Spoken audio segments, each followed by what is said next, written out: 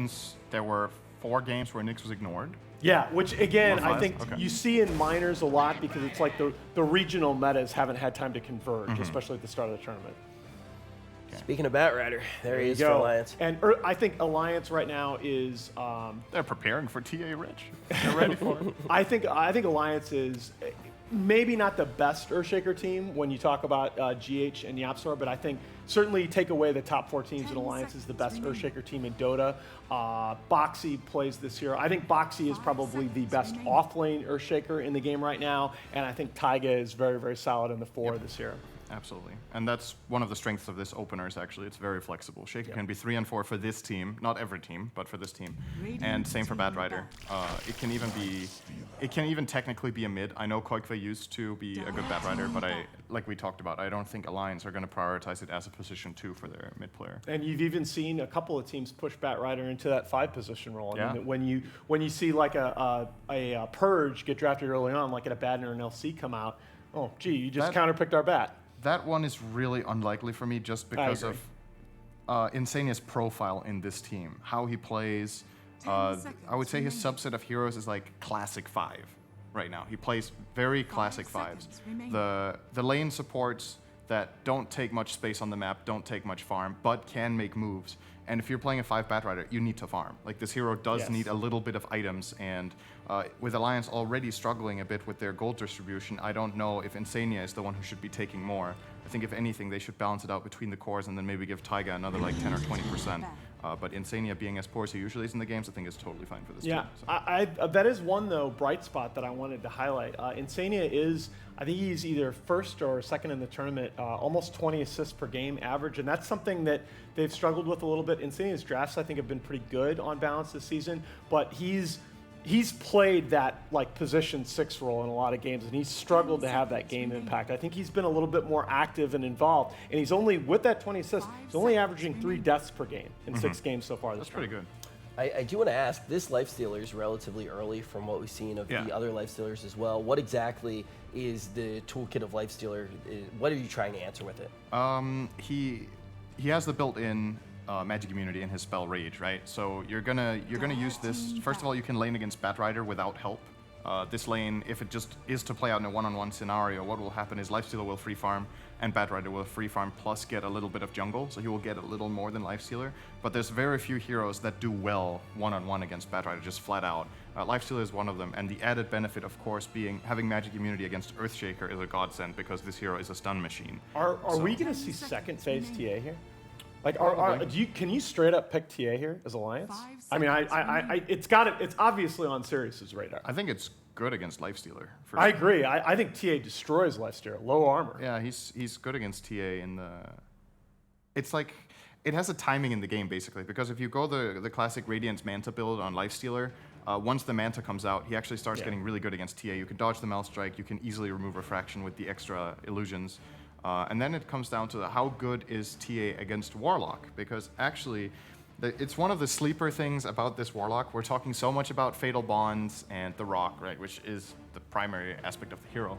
But heroes that have short range and need to navigate fights moving around, Upheaval is actually super annoying for TA to play against. So we'll see. They will get it. That's what They're feeling confident. Let's see what the solution is. You know you have the Batrider on your side, right? So you don't have to worry about the lane encounter. And you know she plays super, super well against the Lifestealer at the phase of the game where Alliance generally like to take control. I just thought that was a very, very strong pick there. And since I think Alliance haven't played this hero the whole tournament, so it's possible that Sirius didn't expect this pick to come out, that Alliance have been saving it for the higher stakes games. Lotus having a little giggle there, mate. So I guess they feel like they've got them a little bit cornered here. Based on Insania's read on this hero, they should definitely be very happy picking it here. And Sirius digging into some time here. One thing that happens when you pick TA is you show your mid, and you always have to remember what kind of limitation that puts you in. It's not necessarily bad, but it definitely gives the opposing team some information to work with. If you can force TA into a side lane, the hero's bad.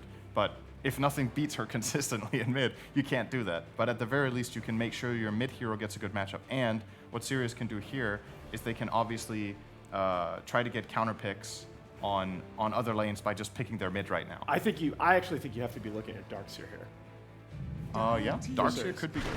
It could be Okay, good. Tiny is this is one of the big things that they've done. The Tianming support for position Tiny. You've seen a couple of the Chinese teams show it in this tournament. Not a fan here. Well, the other, so I don't mind it here, partly because the Avalanche is going to strip refraction, Yeah.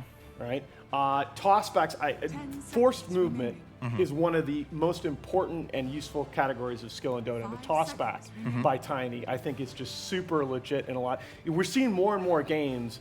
It's like one fight, a relatively even game, and one fight between the 25 and 35 minute mark just snowballs the game out of control. That kind of an initiation really can make a difference. That's the Darkseer. There you go. Okay. All right. So got the order wrong. All right. Yeah, but still, why'd you want to see the Darkseer in the first place? Ion Shell is really good against refraction, and it enables and empowers Lifestealer very nicely. You give him the surge, he runs really quickly, he gets on top of heroes, uses rage, and just mauls them down. It's a tool for Lifestealer to kind of actually just crush TA in fights until she gets BKB, because even though she has this minus armor, Lifestealer just kills her too fast, in most cases anyway. Now, the reason I didn't like Tiny that much this game compared to other games we've seen is that the matchup against Batrider is just flat out awful. Tiny's turn rate, getting turn rate countered by sticky napalm when you want to toss back, it's almost impossible. Like, you walk up to a target, you want to start tossing them, so you have to turn your hero around, and by the time you're turned, the hero's gone. So Batrider, really good against Tiny in that aspect. And of course, also the Fissure can be really annoying when you try to make these plays. So what I was thinking when they showed this Tiny was, is this their mid hero? Is this an attempted solution at drawing against TA? Because Tiny with the tree grab has really high base damage and can maybe contest the CS that they're looking for. He does, but I just think that's so. I think that's so risky. I don't know. All right, it's going to be this. That's much better. All right, TA Storm. And AM, this is man, I'm telling you, the way Alliance play AM is much faster tempo. I would have liked to see a slightly higher tempo core. I'm not going to lie. Yeah. But I think once you see the Storm come on board, Sirius is at least threatening to draw out the game and outscale. I think this Alliance draft is just magnificent. I think this is their best draft of the tournament. Really? Okay, Yeah. so you think Alliance is the best draft in the tournament? Haven't gotten to talk about AM that much this tournament. Last time I really got to talk about AM on a desk, it was with an AM spammer in black. Sin, what do you actually think of We the won't AM talk here? about that. The hero is, I think he's not really that good right now, but as is the case with every Dota hero, in the right conditions, it can really shine. And Antimage has some really good matchups here. He's great against Darkseer, he's great against the Storm. The downside to it is that I think the pairing with TA is a bit on the greedy side. Like, in terms of making plays around the map, when you have two cores that really need build-up time, both of them ideally don't want to be involved in anything for TA probably 15 minutes, for AM 20, 25. You want to get Battlefield +1 item. It exposes you a little bit. But if Alliance stabilize the lanes and the game plays out relatively slowly, I think they have a really, really good mid-game timing. All right, well, it sounds like everybody is pretty hyped on what Alliance was able to put together, but numbers do not lie. When we get back, we're going to be able to look at all of the analytics provided by our analytical partner in SAP. It's time to kick off the first game of the day. Who's going to be able to take it? Is it going to be Alliance or is it going to be Sirius? It's never got to feel good when you go for your last pick and then the enemy goes for the snap pick. The AM coming out from Alliance, they seem very happy with that pick, seeing the Storm Spirit. It was already a relatively okay Anti-Mage game. Blitz, you're of course our resident Storm expert. What do you think about Sirius's chances of being able to overcome this Anti-Mage pick? So the last time I saw an AM pick like this, it was an identical situation. It was Secret versus Gambit. I believe was the scenario at ESL Birmingham. And it went okay actually for the Storm. Yeah. For a bit, and the Darkseer team. Eventually what ended up happening is, I mean, they got overrun. All it takes is one fight is the problem. Yeah. I'm just verifying that was the game. I think it was almost like an identical situation. And Sirius does have a... Yeah, so the way it was Storm, Darkseer, Lion, Earth Spirit, and a Lone Druid. So that game was actually... that was worse for the AM than this one, in my opinion, anyway. This game, he doesn't have... there's like no stuns. There's no stuns. Yeah, I think it's a very, very free AM game, if I'm honest here. He is tiny. Most of the time, he can survive through tiny burst. I remember when like I saw something with Wings or whatever, and they were talking about the Stormshare versus Anti-Mage matchup, or I can't remember. I asked about it or something like that, and they felt like it was like an 80-20 matchup, which is like really high. Yeah. In Dota, that means like 80% of the time, and considering how many Dota games you play and stuff like that. Because the problem with the matchup is that as Stormshare, you want to do the long zip in to get the damage in, right? Yep. And it's very easy for Anti-Mage to simply just ult you. Yeah. And that'll happen at any point in the game. Like, you can kill Anti-Mage 3 times this Storm, but at some point, this guy is going to last second ult you. You're going to kill yourself and potentially a teammate. And all of a sudden, especially, it's even better now than it used to be because of the comeback streak. It's not the Anti-Mage that'll get kills in the laning phase. It's the Storm. Right. So the Storm will have built up this like 700 gold streak, and this Anti-Mage will get all of it. And it feels unfair at that point because then he grabs a Manta, and no item that you get like hard counters him. And he can always, the counterspell made him even better. This was before the counterspell entered the game. Yeah. So the onus is definitely going to be on Sirius to be able to take control of the game and never screw up. Yeah. They can't have that big mess up. They can't afford it. They'll be way too stalled out against an AM, especially since Alliance, this is something the panel brought up, and it's probably a bit of a concern. This is a greedier lineup. If they had a faster paced, like tempo mid, then they could feel a lot better about their AM's chances. But this is an AM TA. This is going to be a greedier lineup. It's definitely going to be a lineup that's going to win late game, but could get overrun in the mid game. And all this is going to start for Sirius coming down to a strong laning phase, being able to win that mid matchup of Stormsphere versus TA, and then also be able to win this top lane, which is the Darkseer dual lane. Yeah, you have to win your lanes and then snowball as fast as you can. And what'll end up happening is, like the Storm versus TA matchup is okay for both sides. Like TA farms jungle, you get runes and just gank the side lanes non-stop. But the actual lane is like fine for Storm nowadays, I think. ASD does get blocked in by the Fissure. Koifa doesn't really make it his priority to try and chase it down, instead controlling the CS game, which I'm guessing is how you win this matchup of TA versus Storm. Yeah. I mean, Storm, both of them just farm. I was talking to Cinderin about it, and I think he told me it was like a 60-40 matchup, and I'm sort of double inclined Ion Shell on top of Grimstroke. That's going to be your first blood. Firefly is the one to pick it up. But you were saying about the mid matchup? Oh, I sort of agree. I think it is like 60-40-ish. 60-40 to the favor of TA. Like, I do think it is slightly Storm disadvantage, but it's not so bad that it's impossible. Yeah. I mean, we saw, as well, I love referencing that Birmingham because it was the last, like, Ultra Tier 1 tournament that we saw, right? And, oh, bottom lane. Jianming is in trouble. Boxy's going to run him down here. The Fissure is going to allow Boxy to get an easier time getting in front of Tianming, trying not to dive to tier 2 too much. Now, he does actually die, and that's pretty bad because all these creeps are really low. They're not going to die, so we won't miss out on the experience as long as Taiga's going to be a bro. Taiga is going to be a bro. And he's not going to kill the creeps. He's going to pull them all the way back to the Bat Rider, so he will be able to collect all that very critical experience. Yeah. But in that matchup, it was Sumail versus mid 1, and Sumail solo killed him at level 3. But mid 1 still ended up like doing well in CS. Like I think he actually just straight up beat him too. So that's sort of the trade-off. Is Insania does get a kill on in July. That's a bit surprising. Your failure lives on. There is a really strong mid-game timing window. Nice toss back into the range creep. Koifa's going to run the other direction, but his refraction charge is going to run out. But the healing salve may keep him alive against those tower shots. Now his lane, even if he survives here, is going to be pretty heavily ruined. And his toss, he got tossed into the Ancients as well. Firefly body blocking him now. Koifa having used his TP. Even if he survives here, again, his lane is just screwed. He knows he has to go for a neutral creep tonight at this point, but Firefly will collect the last hit. Very nicely played. I really think he should have just died at that point. Yeah. And not gone for, going for the TP there. It's like you're TPing in the lane with 0 mana, like 45 HP. Yeah. I don't think there's a point in that. Just suicide. Let yourself die. Yeah. Because at that point, you've taken away the Storm's XP anyways. And it's fine, right? Like, realistically speaking, you're giving Tiny some gold, but you're getting a free trip back to the fountain.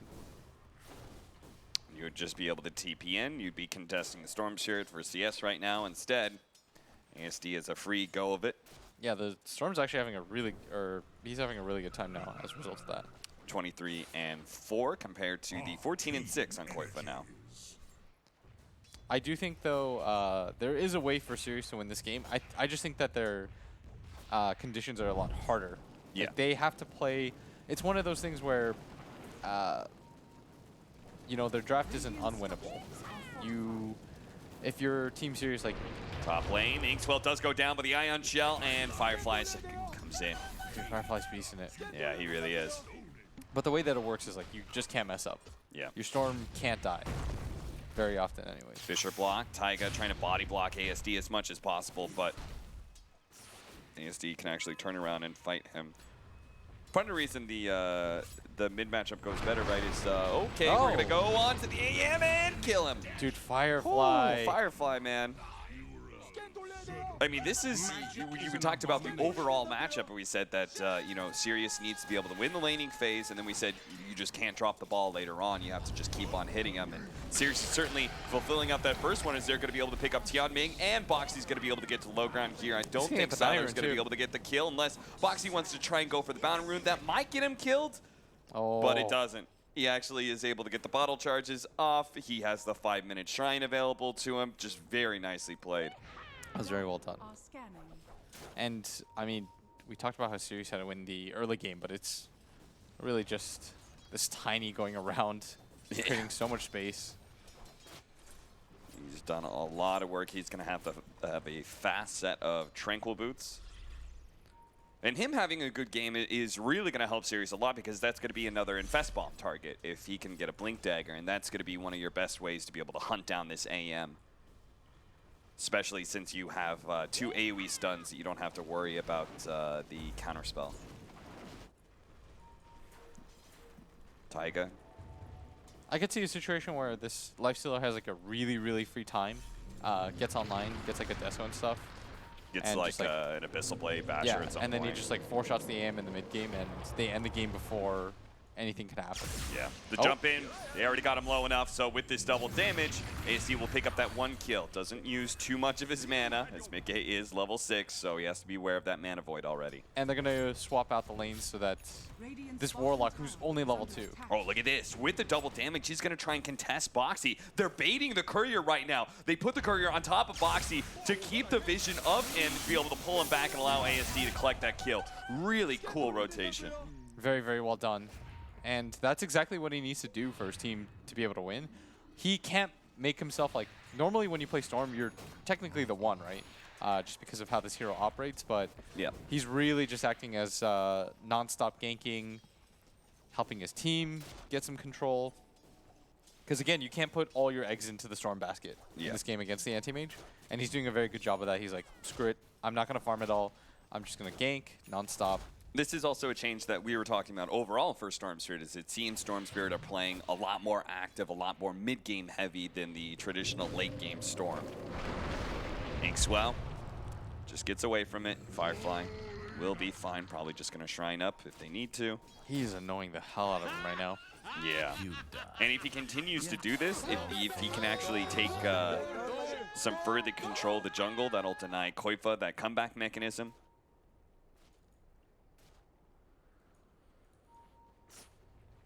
Not the greatest tower taking, though, on the side of Sirius. That's got to be a bit of a problem, right? We say, okay, win the laning phase, don't mess up in the mid game, just keep on getting kills over and over again. But they don't really transition into objectives very quickly. No, they need Sylar to be able to do that for them. Yeah. I would like him not to go for the Radiance build this game. Yeah.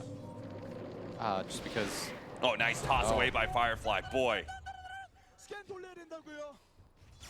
He is really showing off on this 4 position. Tiny ASD looking to be able to grab Boxy, pull him back before he gets up to that high ground. He can follow one more jump, maybe. He's actually going to be lassoed. He actually read that he's totally out of mana and will be able to get the Fisher. They got the kill. Oh, dear. Boxy.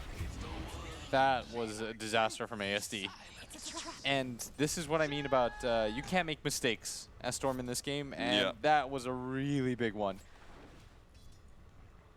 Boxy has been doing so much work for Alliance lately. It feels like that him as a 3 position is becoming such a big playmaker for the team, is returning so much. Mickey thought he was going to be able to go on in July. The top lane actually gets the toss, but fortunately, he does have the 2 levels of counter spell, but Insania is just going to get run down instead.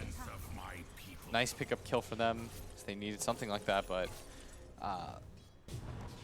this is one of the rare situations where I see Alliance have the late game win condition. Oh, yeah. Because oftentimes you see Alliance really hit that mid game hard. They're in an all-in position, and then if they mess up execution, they just straight up lose the game. Yeah. Like, I've seen that story from Alliance and teams like that, like Complexity. Long jump over. ASD gonna wait out the counter spell. Baits it from Mickey. Does get a lot of damage onto Mickey, but surprised he didn't continue. Yeah, the Shadow Word is not going to be enough to take him out here, and so the AM will live. Meanwhile, inside the jungle, Firefly just keeps on doing these invasions and hasn't really been caught by it yet until Koifa plus Insania is able to get that. Plus, they're now going to be able to get that stack that was perhaps a little bit in danger from the Darkseer. And this should be a kill on the Boxy, though, as the Storm's going to lead the way. Sylar slows him down with the open wounds, and there is enough mana on ASD to continue this chase. And ASD, thought for a second things were going to go wrong again because he ran out of mana, but does end up netting the kill for himself, but only a 1,000 gold lead at this point. TA and Anti-Major still doing perfectly fine. Treads into a Soul Ring for the Storm. Gonna go for that fast Kaya for that really big mid-game timing where he just has a ton of damage. And our Midas on the Lifestealer, as we saw online, much faster than normal. He pushes Boxy back during that Firefly timing as he comes in a lane, brings him down to 400 health.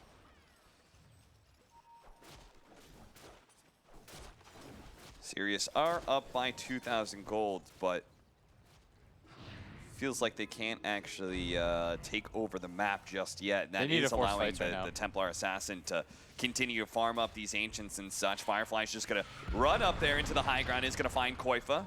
Moves that refraction, has to beware. Oh, he's now going to be silenced. Usually his toss-away play gets him away from that Inkswell, but here he ends up just dying. Now they're going to find the +1 in Tianming, who gets grabbed by Boxy as well. The supports feel like they're just trying to make some plays happen because but the problem is they just don't have the map control. They don't have the towers down to make those kind of plays. And ASD wasn't coming. In July isn't going to really move off of this lane. And that's just the way that Darkseer plays. He plays like Beastmaster in that regard, where even though you do have teamfight abilities, you don't really want to leave this lane until the tower's gone. Yeah. That's why it takes like ASD's movement. Because they actually have a really greedy lineup too on the side of Sirius. They have 2 cores that don't want to move around and fight. Oh, yeah. Like this Lifestealer with a Midas doesn't want to infest bomb with the Storm Spirit or anything like that. And you have a 5 position that also doesn't really make plays for you. Yeah, there's a Deso now on this TA. Like, there's a Deso TA, Anti-Major will hit late game. Yeah. If Sirius don't get something started soon in the next, like, 4 minutes, I feel like the game should just end. Yeah. And this is just, you know, I love Storm Spirit. You know me, I love a good Storm game, but this looks like far from a free Storm game. He is going to go the Radiance on Sylar. What were you hoping for? The Armlet, Deso, and then Basher? He's going to go for it right now, but I don't think he's going to commit for this on Taiga. No, Taiga's too tanky. So they're going to take this top tower. This is important. Like we said, this is how the Darkseer, if you're going to make movements around the map and you want to get him out of this top lane, like in July is like, okay, I took the top tower now. I can pressure that by just sending Ion Shell creeps in. Now they can rotate towards mid as Boxy's going to get gone on, but Quickfoot's down here too. They're going to be able to grab him during that rage time, but the rage is going to wear out. They're going to follow up with the Son of the Inkswell, Fisher, and with that Deso, freshly picked up by Koifa. They get the kill on the enemy carry, and Alliance, they can do objectives pretty fast with their Deso build. They're going to trade out. For Sirius right now, they need to put all the pressure in the world. Take all the tier 1 towers. I'd even like it if the Lifestealer just TP'd mid. I know he doesn't have a lot of items, but his rage alone should be enough to be scary. Yeah, I mean, he can infest inside of ASD, and like they could force some sort of fight if there's a defense from Alliance. Yeah. There is Rock available on the side of Sirius, so Alliance might just straight up be dissuaded from taking this fight. They're coming for it. They're going to try and poke. Firefly should be fine because there's no lasso. In fact, he's going to turn on to the Bat Rider, gets a lot of damage from his combo. He's got to be careful though. Now he is actually, they're going to throw out the golem. They're going to go in, manage to grab 2 heroes, but an instant Echo Slam comes out from Taiga. A 14-minute Blink Dagger. ASD's like, what the hell? He was so How does surprised. he have that already?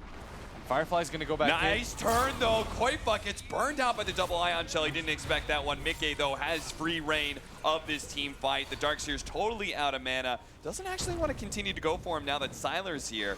Toss over on the AM illusion, but Taiga managed to blink away before it lands on him. And that's going to be the TA traded out for the Warlock Golem and the Storm.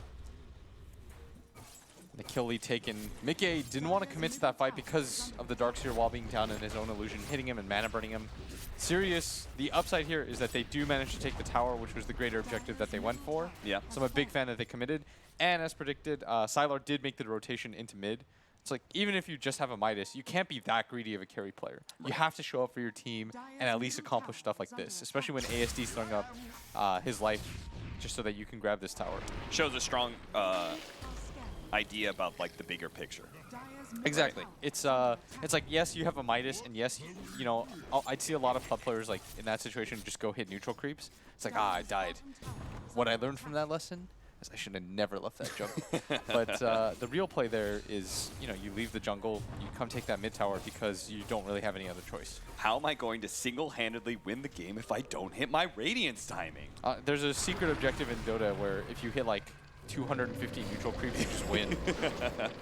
Double ion shell burnout on Insania as he tries to get a good defensive ward out, but that immediately gets sentry. Now, they are going to be able to catch the Storm Spirit, but they didn't have just enough disables as Taiga didn't have Echo Slams, so they're missing that 4th critical stun. Yeah, and Koifa almost has, he does have Blink Dagger. His timing is really quite nice, and Anti-Mage, the clock is now started for Storm Spirit because Anti-Mage is Battle Fury, and you need to do something before he gets the Mantis Style. Like, once he gets the Mantis Style, it's real hard for you to be able to blow him up. The only way you're going to ever be able to do it is with Lifestealer bombs. Yep. Oh, you know, I like this build from Taiga, the Blink Dagger, and he's going a stat-heavy Veil of Discord after that. Everyone's getting Veil lately. And then it'll help out his Bat Rider. It'll even help out the AM because Mana Void is magic damage. And considering what kind of bomb that can turn into against a Storm Spirit, it's not a bad idea to amplify that. Yeah, I mean, every Storm player hates playing against Anti-Mage, honestly. I used to despise it a lot more before I started casting Pro Dota. I'd say some real harsh stuff. That's real skill, dude. Congrats. Congrats on hitting your R button. I played a perfect team fight. I killed half your team, and then you walked in and just like hit one button and I'm dead. But now, I can appreciate the skill that it takes to do that. He said, voice dripping with sarcasm. Insania is a little separated from his team right now, which was trying to push down that mid-tier 1 tower. Really surprised they didn't further commit for that. Maybe, again, because they know the golem timing. Yeah, I think they're just trying to avoid fights right now. Why would you take fights if you know that Sirius are looking for fights? Yeah. What I'd really like is, I would have been okay for Insania to just tank that gank. Like, pull up highlight die, just run in. Yeah. Give Koifa enough time to finish off that mid-tower. Yeah. Everybody runs into the Radiant jungle. Like, but they're still getting outmaneuvered. I mean, Alliance, Yeah. They're know, really good at that. since like TI3, they really know how to avoid fights and push to the late game. Yeah, somehow just... I don't know if the Alliance wrote it into their contract. They're like, you must be able to play this kind of Dota. Dota's like, you see 5 heroes missing off the map. It's like, you have 2 greedy cores. What do you do? It's like the only answer is like split up and farm. Split up and farm. All of the above. Insania every once in a while is like, maybe we could fight them? No! Lotus just stares at him like, fight? Before 20 minutes? I'm sorry, are you a TI winner? Oh, I love it. The crazy part is like, they actually, for the most part, always hit mid-game timings. Yeah. It's very rare that they get into like these situations where they want to play like this. 11-11. 1,000 net worth lead for Sirius, which is really not much to talk about. Oh, Koifa Again, and Taiga because might go for this, but they're not going to get baited. Everybody from Sirius is waiting here, aside from the Lifestealer. And Taiga, he's thinking about it, waiting to see if anybody shows themselves. Yeah, there's just...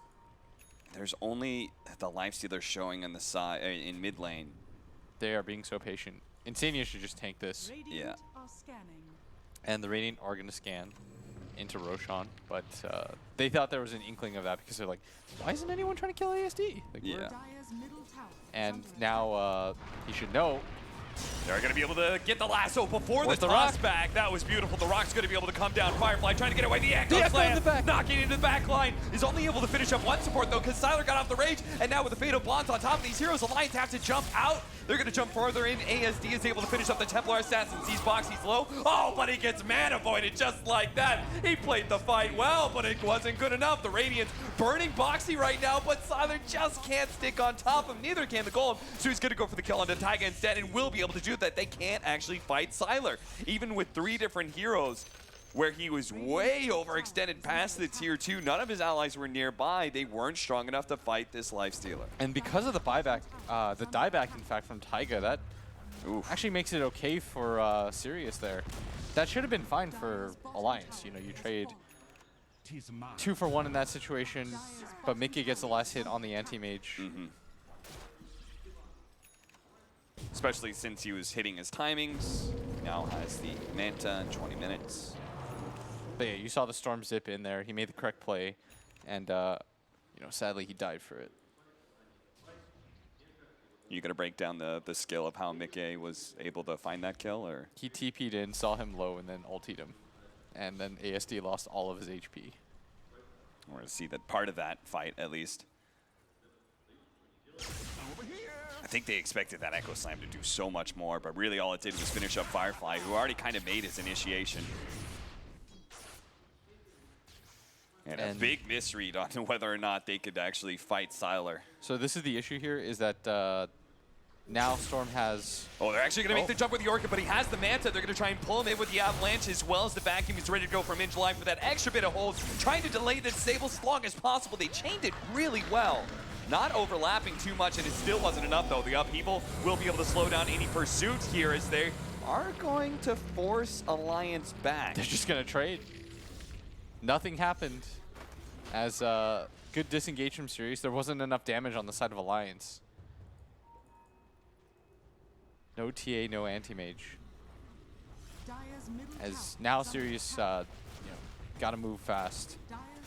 Storm went Orchid, and I'm actually sort of okay with that. Like, the downside of it is, again, anti-mage has so many different ways to, like, not get hit, but I think the idea is you just have to kill everybody else and just hope that the rest of your team has enough lockdown for this guy. Especially since, like, the 2 supports, they can respond to you jumping on them. Yeah. One's got this, you know, if you get too close, this really close range silence. Taiga's got a wealth of stuns to be able to throw out.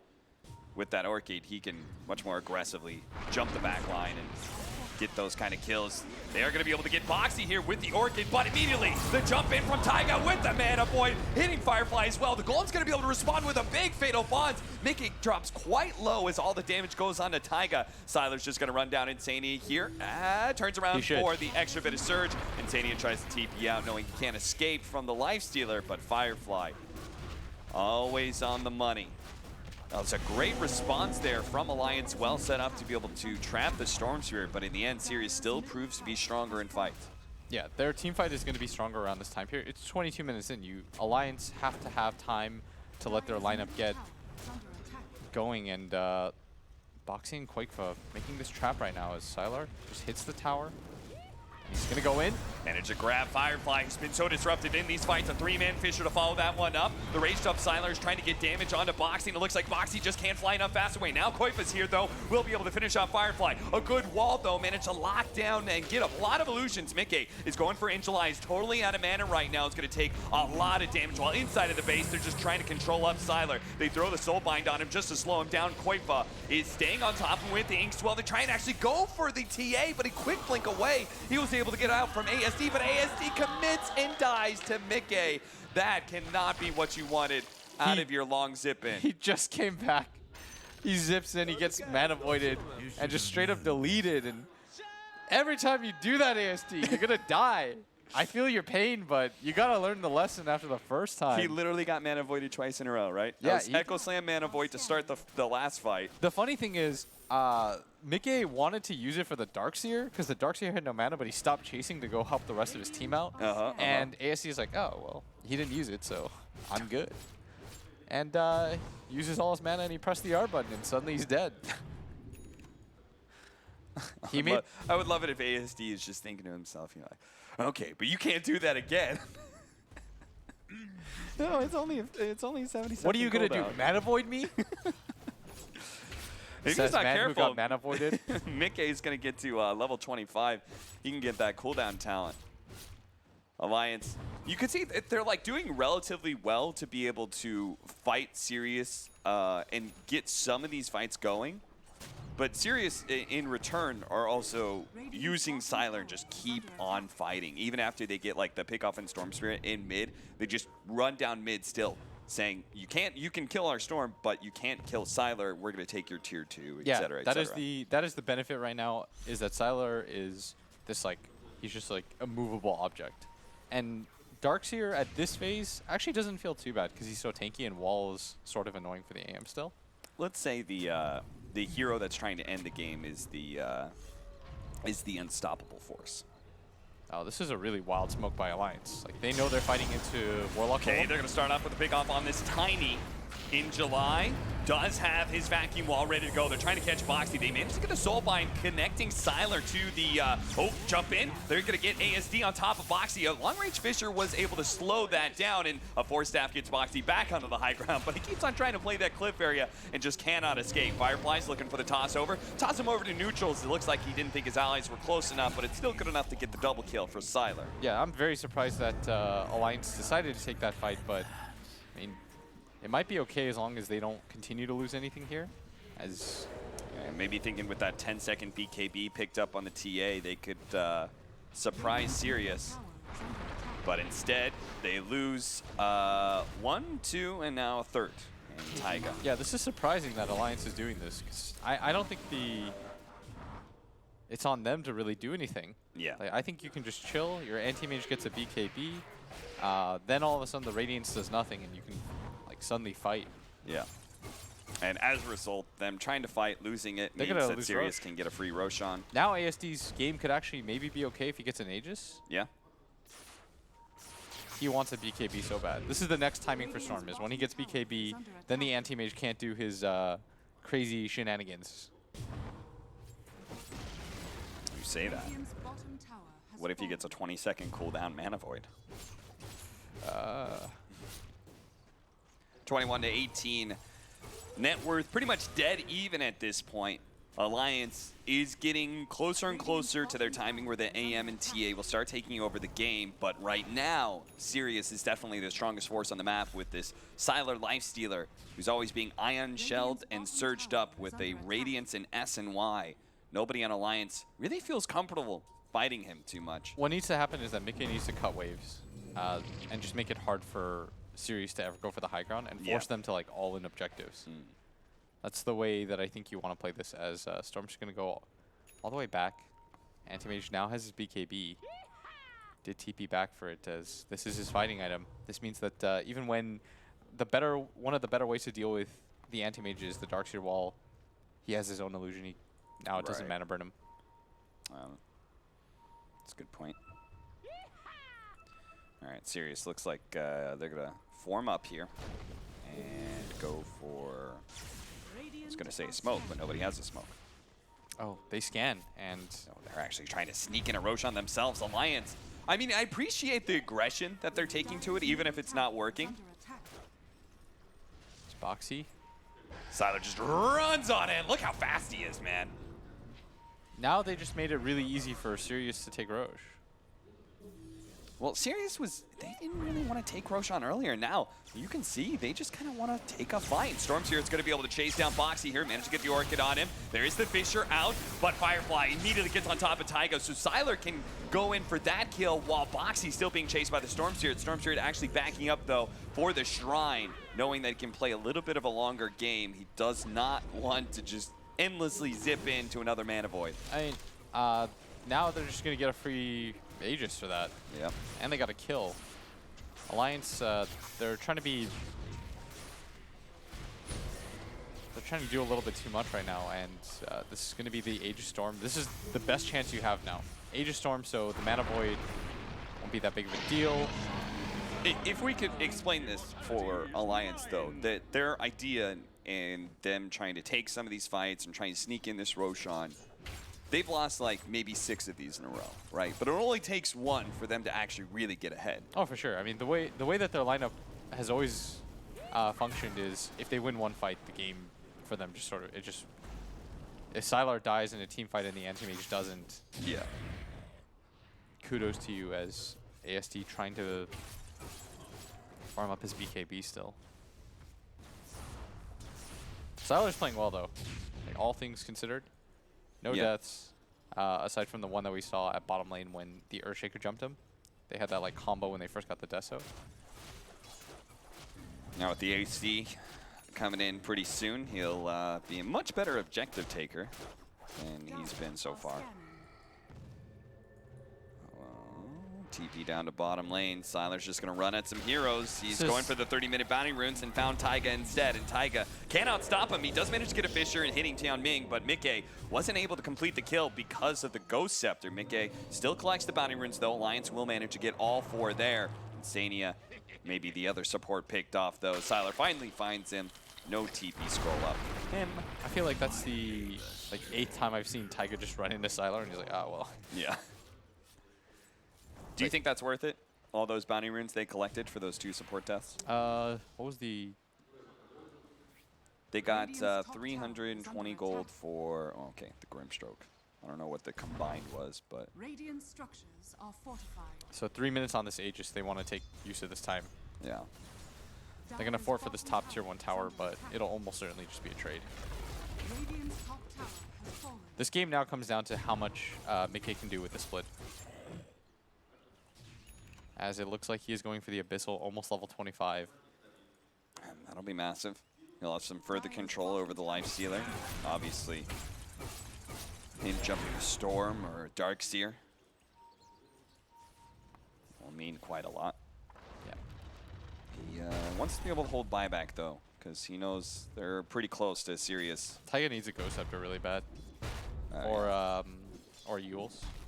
One of the Scepters. Mm-hmm. Looks like he's going to go Yules. Nice AC pickup, though. And they are going to go for the smoke. They want to take use of this Aegis. And they've signed the line mid. Mickey's got a full Abyssal Blade. 4 men smoked up, running with StarLadder through the mid lane. But right now, Alliance are in full split push mode. Oh. So and as long as nobody gets caught, the map is in really good position. I think Insania might just die. Oh no. Dire's middle tower is under attack. I mean, the fact that nothing's happening on the map should let Alliance know that things are going on. Taiga's kind of positioning himself to be the one to break the smoke for Mickey. Yeah, they really want to take a fight of any kind on the side of Sirius. So going to TP up to top lane. Good timing for the TPs, but at top lane they will be able to catch Boxy. Pops out with the Lifestealer. And there was the blink out from Taiga. So going to reset things. Boxy kill is nice, but it looks like the Roshan... I mean, since we saw the bounty runes, like we were having that discussion, the gold lead has grown 2,000 because Sirius is going around the map trying to like force the issue. Like we just see that go straight down. If they get Butterfly next for the AM, that's going to make things incredibly difficult for everyone involved. Yeah, it makes it really hard for the Storm because your Bloodthorn gets countered by Manta. Mickey had just TP'd out of bottom lane. All of a sudden, he's here again, pushing out. And Sirius having to play that cat and mouse game where they're just trying to chase Alliance heroes around and get a more important pick-off, right? The supports, even the offlaner, that doesn't matter too much. They need the kill on the AM or the TA to be able to go high ground. What level, or what 25 talent did he take? He did take the Mana Void cooldown. Okay. So a 20-second Mana Void. Double damage. Jump over onto the end. They're going to pop out and try and burst him down. They do manage to get him. They got him. That was that DD rune from the Storm. And a massive kill at that is now StarLadder and ASD will be able to go high ground. Alliance are going to be forced into possibly buying back. There's split pushes now. Oh, Firefly tried to get the toss back onto Taiga, but missed. But the lasso onto ASD. Now he does have an Aegis. They're going to mana void the two of them together. Siler's a little bit low. The toss over by Fireflies, allowing Siler to be able to get away. And Echo Slam immediately onto ASD as he will not be able to escape.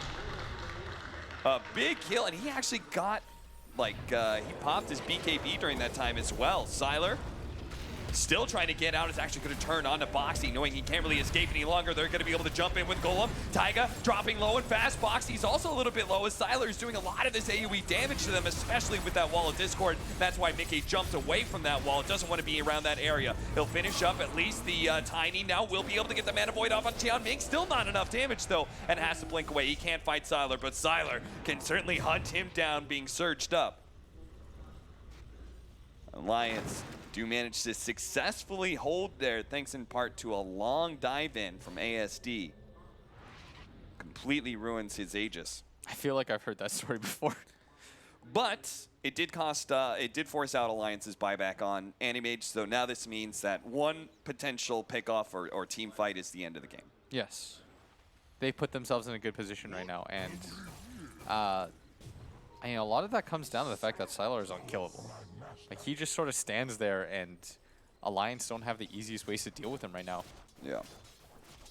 And it's hard to say, well, just ignore him and focus on everybody else when this Lifestealer moves so fast with the Surge and SNY build. He's just able to run down heroes. He's not with the rest of his team at bottom right now in Alliance. I think they'd like to be able to move over with Mickey. And now you have to protect him. There's that huge window where Mickey dies, you're just going to get thrown, I think. Sirius have... At this point, they can hit towers fast. They've got the AC on Sylar. He now has a Daedalus, too. You find another DD rune, maybe you get an opportunity to kill him? I was expecting maybe a preemptive MKB or just the Basher for more control over the AM, but just a raw damage build from Sylar. Dude, Sylar's build is really cool. Oh, hasted Arcane Rune Storm Spirit carrying this big boy Lifestealer inside of him. And they do manage to spot Boxy, thanks to the vision. Again, this is not the pickoff that they really want to be able to get in the TA or the Animage, but it's good enough. Because of this bottom lane push, they might be forced to go back. Yeah, Koifa, he ignores the... he's just going to go and try and hit the high ground as quick as possible to force Sirius back. Yeah, they're going to try to make this Boxy kill nullified as they're hanging around the area right now. This is such a dangerous play to make because if you go for it and it fails, then the game is just over. Yeah, especially since it's like they have a lot of catch between Darkseer and Storm Spirit. Yeah, and it's just the Tiny that you go for. I mean, they thought about it, but... Yeah.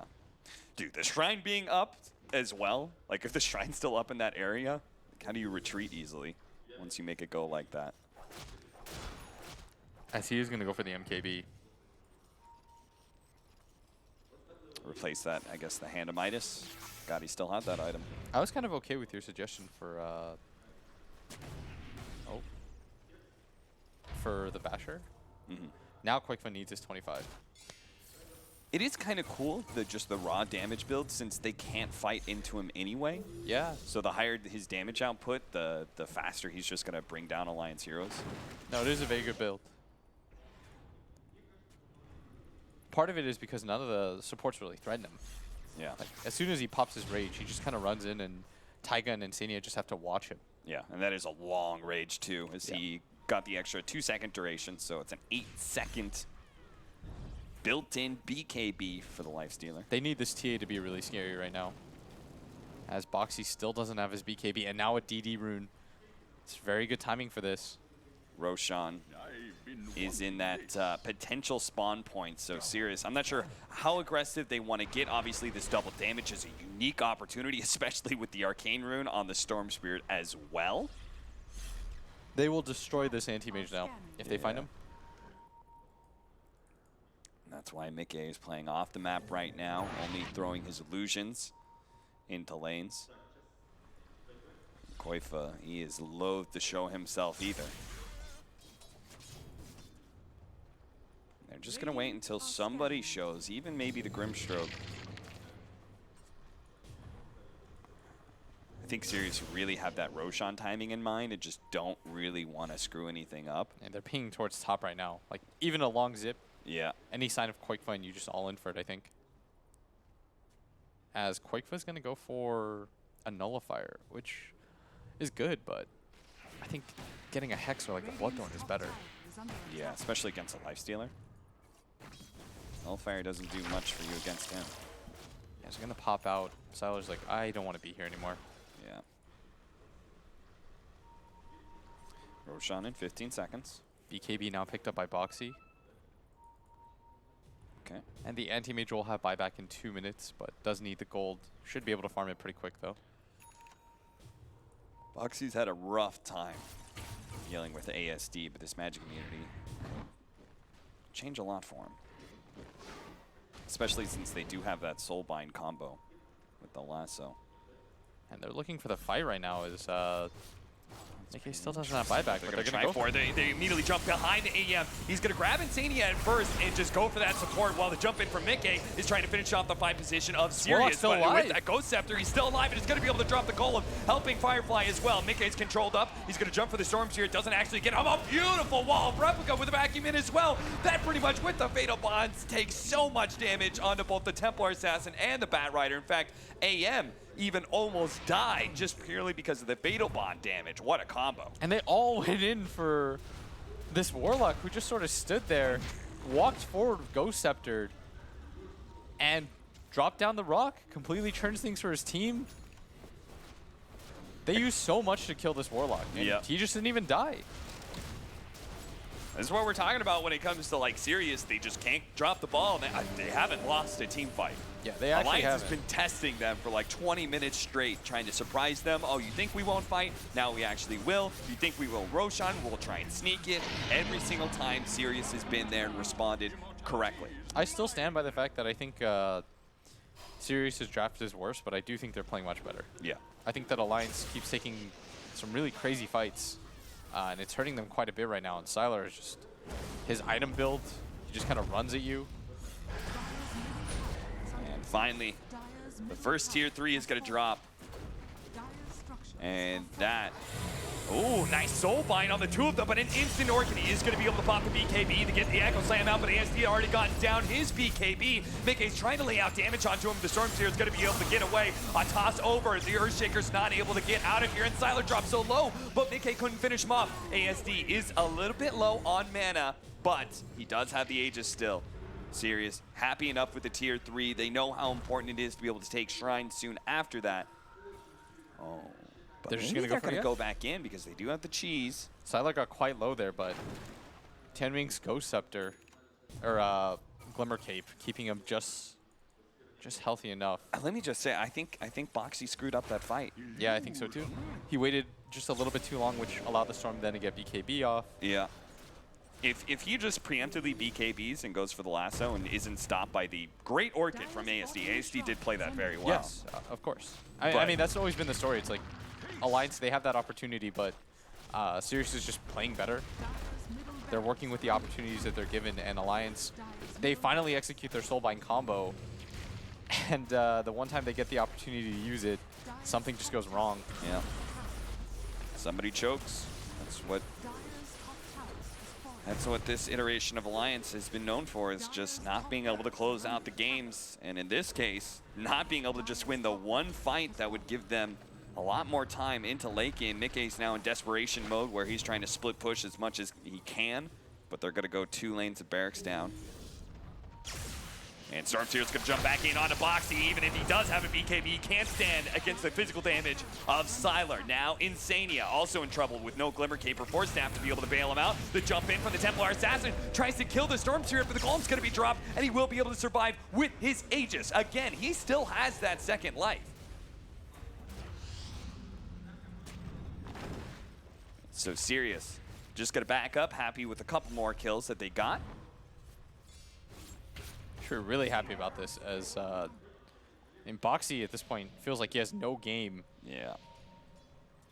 There's no buyback now on this TA2. They've healed ASD enough that he might be down to jump in again, especially they're going to give him the cheese. He has the Aegis. They're just going to start swinging on a tier 4. they're just going to go for this. The tier 2 is still up at bottom, so they can't go for Megas. I mean, this is the right idea right now. Yeah. There's still 3 seconds left. And 10 on this Batrider. You can put Alliance in a real do-or-die position here, but Sirius opt to go back instead. They played careful this entire game. StarLadder hasn't died in 40 minutes or something. Yeah.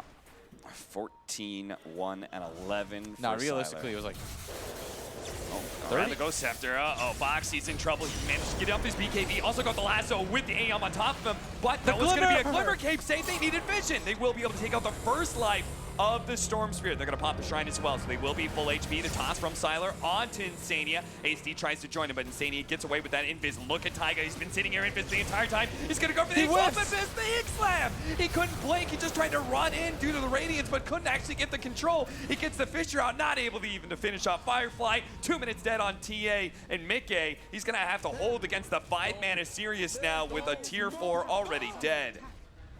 And a second one soon to drop. They're going to give Mickey the Inkswell an opportunity to jump in, get a small stun on 2, but immediately Firefly jumps in with his AoE stun onto Mickey. Mickey barely able to bounce back, but the throne is exposed. Foxy can't save it with the Fireflies. Now he's being pulled in. A basher on ASD, got him with the Mana Void. Sylar's quite low as well, but Mickey needs to be able to jump back, and he can't get there. Immediately buys back. Firefly fully committed, but the throne is dropping. It's at 1,500 HP, and they need to be able to get the bash onto Sylar. Control this carry, make sure he can't finish off the throne, but Mickey doesn't have the help. He doesn't have the damage either. The Ancient's gonna explode as Sylar finishes off for his team. Sirius taking game 1 as they close it out nice and clean. jeez, Sylar. Just a beautiful performance by Sirius overall. Never dropping that one team fight that Alliance just kept on testing them. I mean, this game was very well done by Sirius. Like, anytime Alliance made any sort of mistake, Sirius just capitalized. Alliances, they made a few confusing decisions here, though. The first was that taking the team fight, knowing you're going to lose that team fight. Like, you have to know that Sirius is just much stronger than you there. The one near top by the jungle camp, you have no vision. They smoke into them, they die, and then they just back out. And going for the Roshan, that was cute, but I will credit that to Sirius also being like very good about it, because remember that one time where they baited the Storm at bottom and they still pinged? They were constantly thinking about the Roshan. They were constantly trying to predict when Alliance was going to go for the sneak Rosh. So that was very well done by them, but Alliance also just obliged. And they were like, oh, we'll get Roshan to half, we'll feed a hero to you. Here you go, take everything. In some ways, it's like they took this risk to be able to win the game for themselves, the late game faster, by seeing if they could win that one team fight, instead of trying to play the longer game of just split pushing and naturally getting your late game up.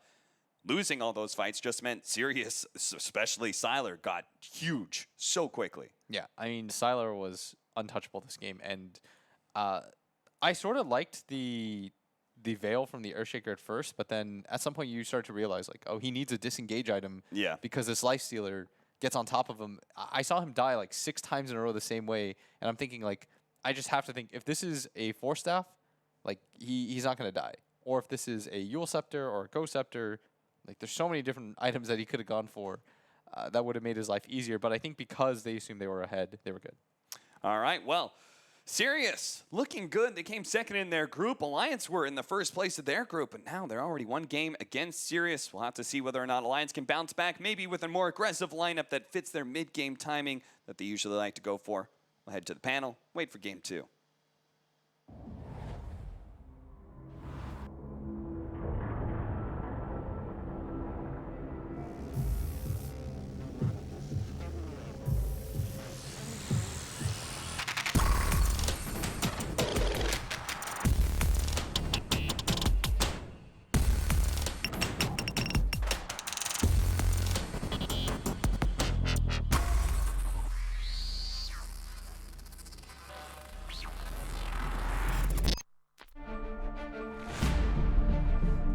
Observing is something where I felt like I would actually push the whole craft forwards.